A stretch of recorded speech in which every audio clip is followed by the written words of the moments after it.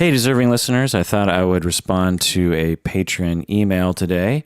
This is the Psychology in Seattle podcast. I'm your host, Dr. Kirk Honda. I am chair of the Couple and Family Therapy Program at Antioch University, Seattle, and I'm also a licensed therapist. This email is from patron Lyndon, famous patron Lyndon, as we call him. Hi, Kirk. I wondered if you might sometime do a video on fear of swallowing pills. I almost choked when I was 2 on a large lolly. Lyndon is from, where is he from? He's from the UK. God, he's going to kill me. It's Ireland, right? He's from Ireland. It's all the same to us Americans. It's all just somewhere else other than America. He's from somewhere else other than America. And wherever he's from, they use the word lolly, I'm guessing, as a lollipop. It's just my guess. I almost choked when I was 2 on a large lolly. And when I was a kid, I was reprimanded several times for chewing capsules instead of swallowing them. For years, I did not know how to swallow, and the fear returns from time to time in my adult life.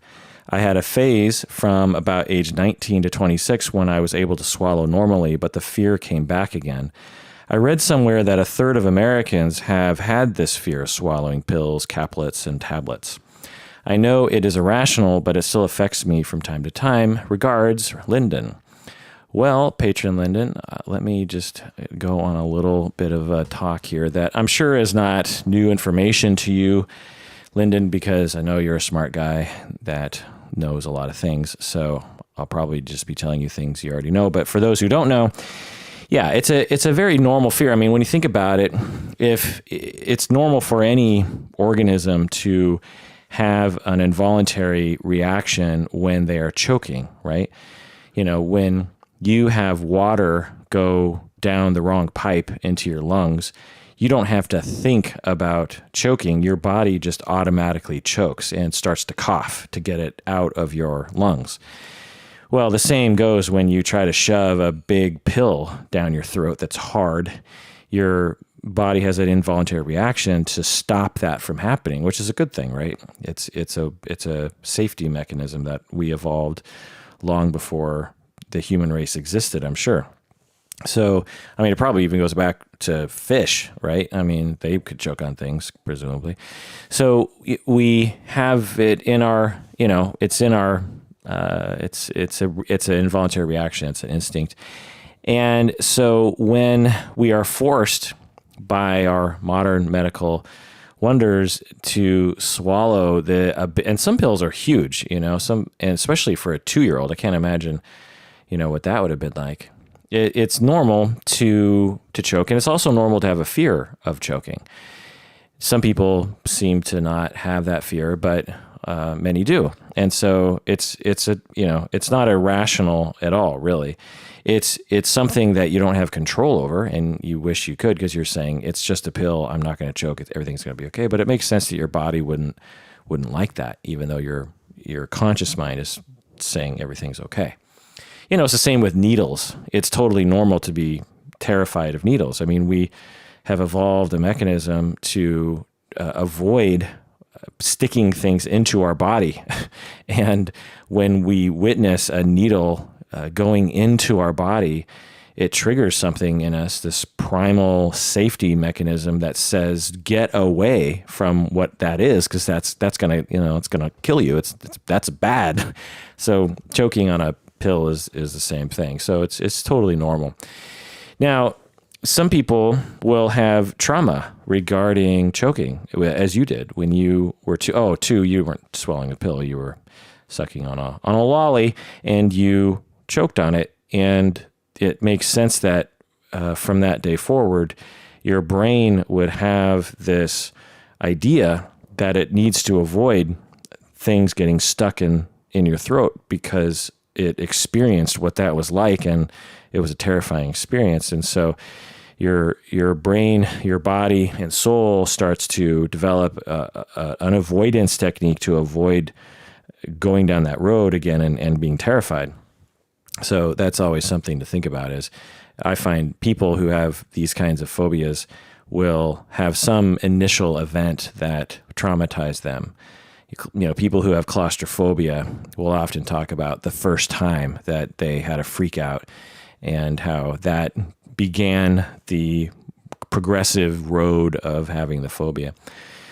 So the way that you treat it is the way that you treat any phobia. And it's through, there's various different behavioral exposure techniques, but the one that I like to use because it's the most humane and the one that people will agree to the most is gradual exposure, or just incremental exposure. So depending on how bad your phobia is, you might start with swallowing a very, very small pill, like vitamin C I don't think you can OD on vitamin C. I don't know. I'd have to look it up. But you might take you might take a vitamin C pill and chop it up into 4 pieces and have a very small pill and then try swallowing it. And while you're doing it, you're likely to experience some distress. Not a lot of distress because it's not a full-blown fat pill, but it's just a little pill, and you'll have some distress. And while you're doing that, you're paying attention to your stress and your bodily reaction, and you're deep breathing, and you're relaxing, and you're telling yourself everything's going to be okay, and you're trying to bring your arousal down so that your body associates pills with being calm rather than with being terrified and with danger. And so you take a pill, you get a little distressed, but then you relax, and then you take another pill, and then before you know it, you can take this tiny little pill without any level of distress because your brain has now habituated to that little pill. Then you graduate up to a bigger pill. Again, you're probably going to have more physical reaction. You do it, you relax, maybe they even make sugar pills for this. Maybe like Tic Tacs, like you could just swallow a Tic Tac full, whole or something. I don't know, something like that. And you swallow it, you're starting to freak out. Maybe even you don't even swallow it. Maybe just have it in your mouth thinking about swallowing or something. There's you just have to expose yourself to the stimulus and then proceed to habituate by relaxing your body and telling your brain everything's fine, so that when you graduate up to the next level, you're not likely to freak out. And so you just keep doing this until your brain has habituated to as large of a pill as you want. I'm guessing this is how people learn how to swallow swords and stuff, the people that swallow swords. I'm guessing they didn't start with a huge sword. I'm guessing they started with something very small, and their body got nervous, and then they habituated, and they just kept getting larger and larger swords until they're doing those crazy things. So that's the way of curing your phobia, and it's the way you cure all phobias, and it's very, very effective. But the key is that the patient has to believe in it, because if they don't, they're not going to do it. And they have to be very good at noticing their distress level, and they have to be very good at reducing their distress level, which is not an easy feat, especially for people who have been traumatized and stuff. So, and you can do that either on your own, or you can work with a therapist that specializes in that. It's a brief form of therapy. You wouldn't have to go very often. So you can even have the therapist be there while you go through the exposure. And so also, there's various techniques that people will use to swallow pills that seem to work better than others, but it really just depends on the person. Like some people will say, you don't want to tilt your head back when you try to swallow a big pill because it actually closes your throat a little bit. You actually might want to leave your neck normal, as if you were just standing there, and try to swallow that way. Or, there's just various different little techniques. I think when I swallow a big pill, I think I might make a noise. I can go, ugh, or I can't remember, but I know that I don't, it doesn't go down easy. I think I maybe stomp my foot, like a, and just sort of, swallow it.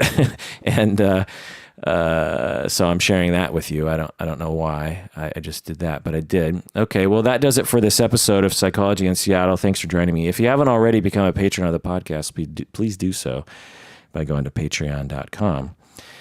Okay, that does it for the episode in which I, at the end, reveal something embarrassing about myself. Please take care of yourself because you deserve it.